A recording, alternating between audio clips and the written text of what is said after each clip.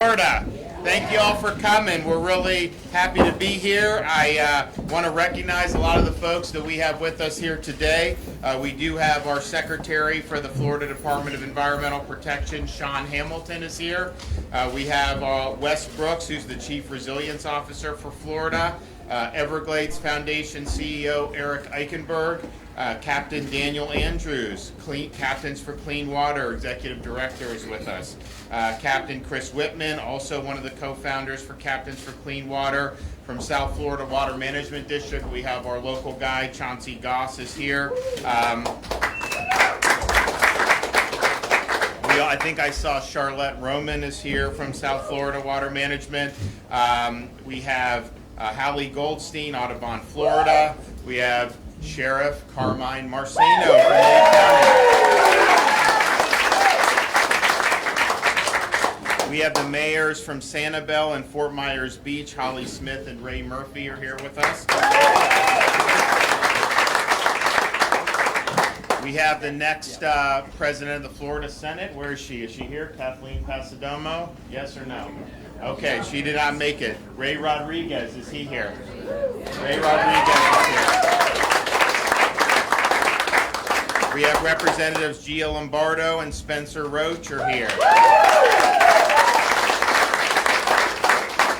And then is Cheryl Meads here?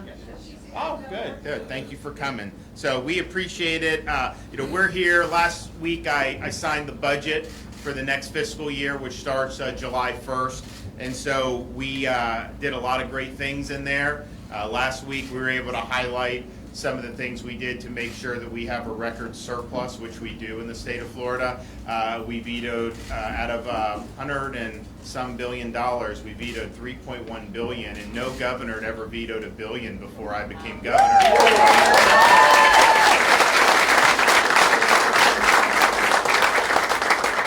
And part of the reason we wanted to do that, and part of the reason we've done what we've done really for the 3+ years I've been governor, is we want to make sure that Florida is fiscally sound and built for the long haul.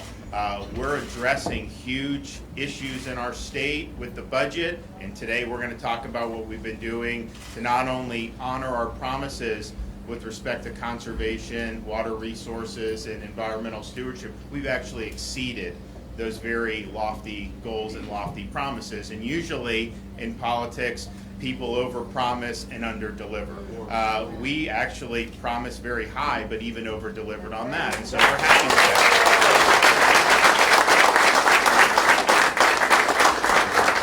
But part of what you have to do is make sure that you have sound footing, that you are growing your tax base, you're keeping taxes low. We don't have an income tax, and we will never have that as long as I have anything to say about it. And we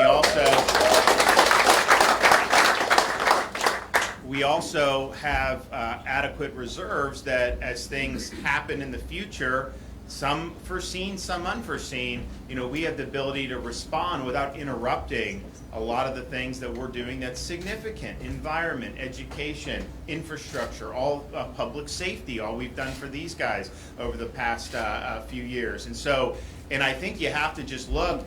Florida, all the policies we're doing clearly have been effective. The results are as good of results as we've seen. If you look at what we're doing with tourism, if you look at what we're doing with job growth, if you look at what we're doing with new business formations, we lead the nation in that far and away. If you look at what we're doing with all these other things, it's really good. But we also have to deal with a lot of bad policies out of Washington that are causing a lot of harm for an awful lot of people. And so when you come in to office like they did with Biden, and you declare war on American energy, well, guess what's going to happen? You now have this situation where we have the highest gas prices that I have ever seen as someone born and raised in Florida. And our gas prices are basically the national average, sometimes even a little lower. There's other states that are much higher. And so that tells you that's a huge, huge problem for a lot of people, be able to commute, take their kids to school, all these different things. It impacts the overall economy because everything that goes into producing things and running businesses relies on energy. And so everything's more expensive. And then, of course, they've printed trillions of dollars, borrowed and printed trillions of dollars. massive expansion of the money supply. That is causing inflation to go up. So you have the worst inflation we've had in over 40 years, and now they're raising interest rates or doing all these other things, which are going to put negative headwinds further on the economy. And so, look, I think we're much better positioned now than we were during the Great Recession because our economy's done a lot better. We have a lot more industry here than we did then. But it would be irresponsible not to plan for some type of Biden-induced economic slowdown. And so by having these big reserves, if it happens, and hopefully it doesn't, but if it does, we're not going to have to stop any of our progress or any of our initiatives. Just move a little bit of money from the surplus, plug if there's a hole or two, you just plug it, and you keep going on. So from a fiscal perspective, we're strong. We're ready for whatever Biden throws at us, and the state of Florida is going to do continue to meet our obligations. And I think that that's the prudent way to do it. When you have a lot of resources coming in because people are visiting here, they're buying homes, they're doing all this stuff, there is kind of a compunction to say. Some people say, "Oh, we'll just spend it since we have it here."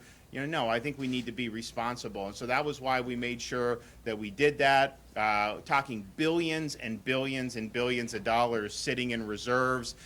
We have a rainy day fund specifically that I think we've tripled since I became governor. Then we have a whole bunch of excess revenue that's there, a lot of money, more than we've ever had. And then we get these trust funds that have balances too. So we're strong, we're in good position, and we're going to continue to do that. But doing that, I think, allows us to make announcements like this today. When we set off on doing things, we need to stick with it. It's not like you just do like one year and think it's going to solve every problem. So these are things that is a long-term commitment for the state of Florida. Make sure we have adequate infrastructure, and make sure we have world-class education, and make sure that we have really great environmental stewardship for our really unique natural resources. And so we're in a position to be able to do that.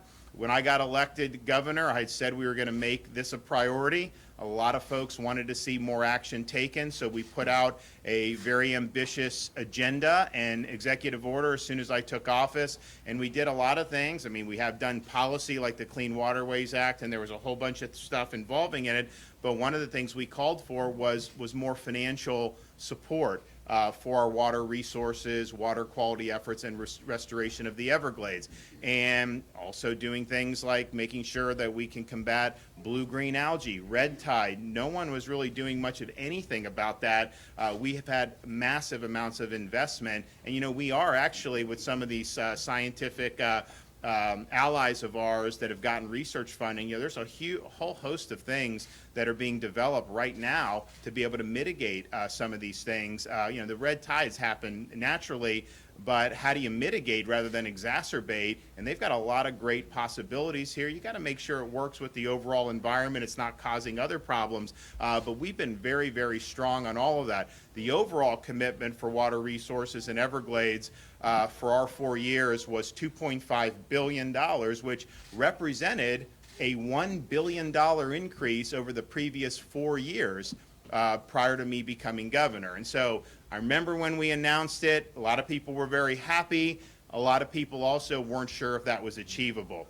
Well, I'm happy in the budget I signed last week, not only for these 4 years have we done the $2.5 billion, we've actually done much more. It's going to end up being about $3.3 billion over 4 years. That's more than double what had been done over the previous 4 years to meet these obligations. And so, you talk about different infrastructure that we've been able to do. You have the C-44 reservoir in the east part of Lake Okeechobee. That's complete. I mean, they're going to use it this summer if they need it. Then there's some more testing that needs to be done. But we were really supportive of that, and I know they're working on 43 over here on the west side of Lake Okeechobee. And then our stormwater treatment component of the southern reservoir is something that we're ahead of schedule on. And that's something, the Army Corps with the federal component, Biden didn't give us any stimulus or any of the infrastructure money for that project. It's an important project. Nevertheless, we're going to continue to go forward. So we are making huge progress. We've really completely reoriented the state's approach to all of these issues, and I don't think we've ever had a run that has been this productive in the modern history of the state of Florida. So we're happy to have done that, and we're happy to make sure that that's reflected in the budget. Now, there were some other things, some policy stuff that were done during this legislative session. One of the bills I know a lot of people were asking about, this 2508, that was going to try to change some of the stuff, that was being done. And I just want to let you know, 2508, I've heard you. We have vetoed that today, effective. Yeah.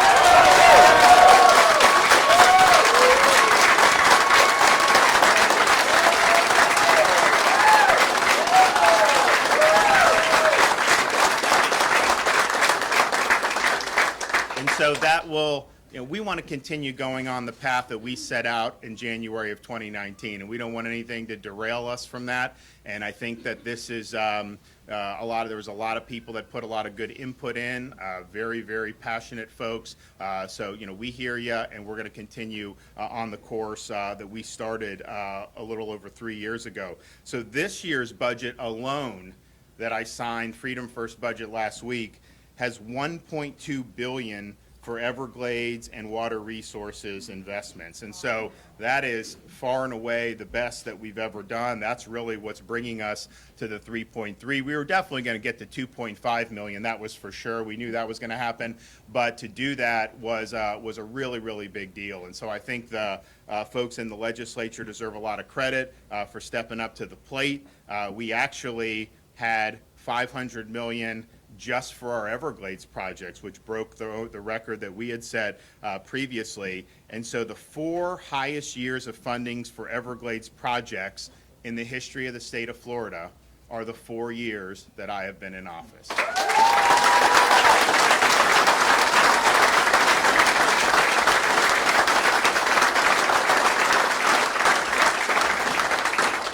We mentioned some of the projects, 40C, 44C, 43, we mentioned the EAA reservoir, but all told, since we started in January 2019, 48 Everglades projects have either broken ground, hit a major milestone, or finished construction. And so that's a lot of...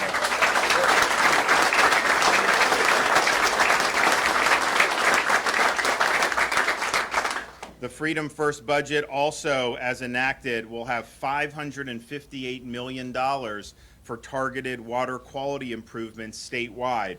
And that includes $20 million for down in South Florida with Biscayne Bay. It's $125 million for our wastewater grant program, which provides resources to local communities for wastewater treatment improvements, as well as septic to sewer conversions. And last year we were able to sign Senate Bill 2512, which established a dedicated funding source for this program every year. And we've now already awarded more than $500 million through this program, and the first round of awards focused on the Indian River Lagoon over on the east coast of Florida, but really this is going to be affecting communities all across the state of Florida. We also have $68 million for wastewater and stormwater projects across the state, including the Caloosahatchee Basin and the Indian River Lagoon. We also have $75 million for projects to restore Florida's world-renowned springs, bringing the 4-year total state investment for support for restoration of our springs to $250 million in the state of Florida.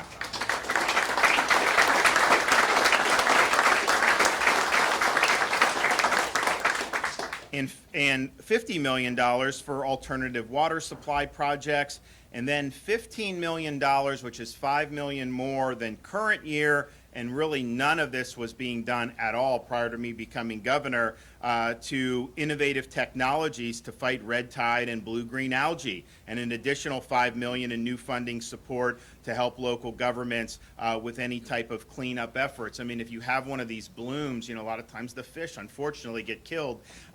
If you can clean that up, it clears it up quicker. If that just festers there, then it builds, and it gets even worse. And so when we had this in Tampa Bay last summer, Sean and the department were able to send millions of dollars of support. The cleanup was much quicker than it had ever been, and that did mitigate the severity of what we're doing. But I can tell you, we've had, I did a state visit to Israel in 2019.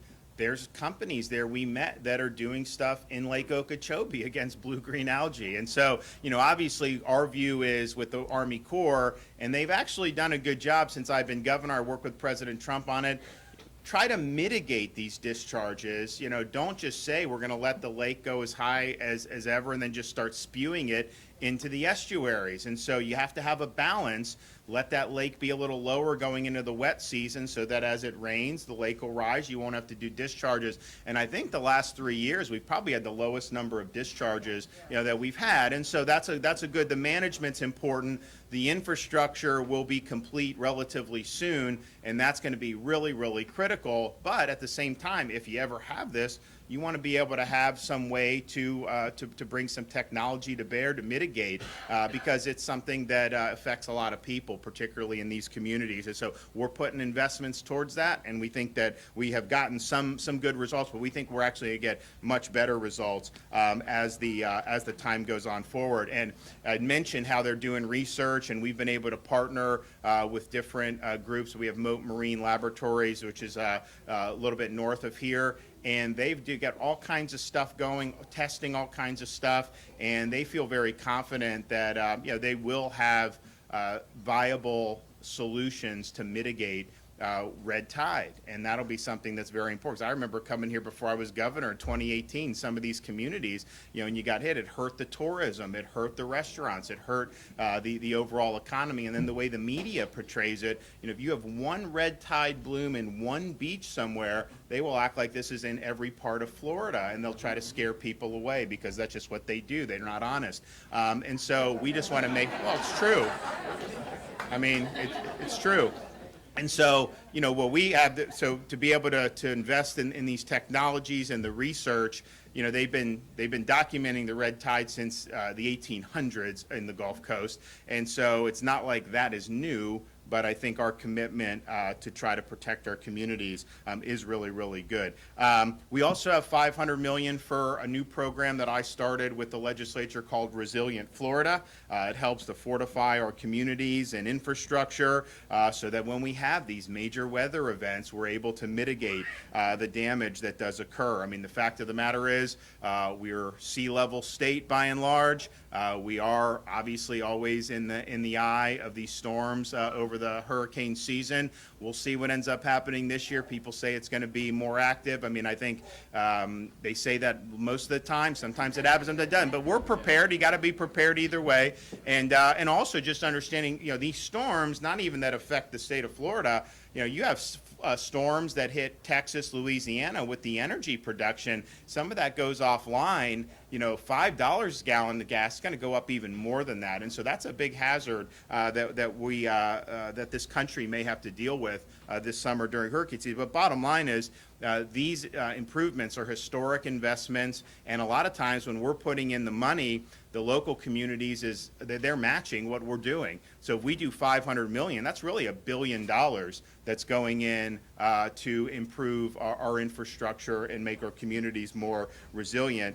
We also have $264 million to improve Florida's state parks, which we have some really, really good state parks. And so that's a record investment in terms of that. So we're excited. I don't think you've probably had a budget in the history of the state that has done more to address issues related to conservation, water quality, and Everglades restoration ever. And so it's all about just setting out that vision. We've never wavered from the vision. We had a lot of good allies in the legislature that were able to help us with this. But at the end of the day, we have not only honored our commitments, we've exceeded what we set out to do, and we're going to continue to do more. This isn't the end of it, but it is a time to say we've been able to deliver for the people of Florida. Now, we also want communities to be able to take advantage of what we have available in the budget. So I'm also announcing that as of today, the application portal for many of the grant programs that I outlined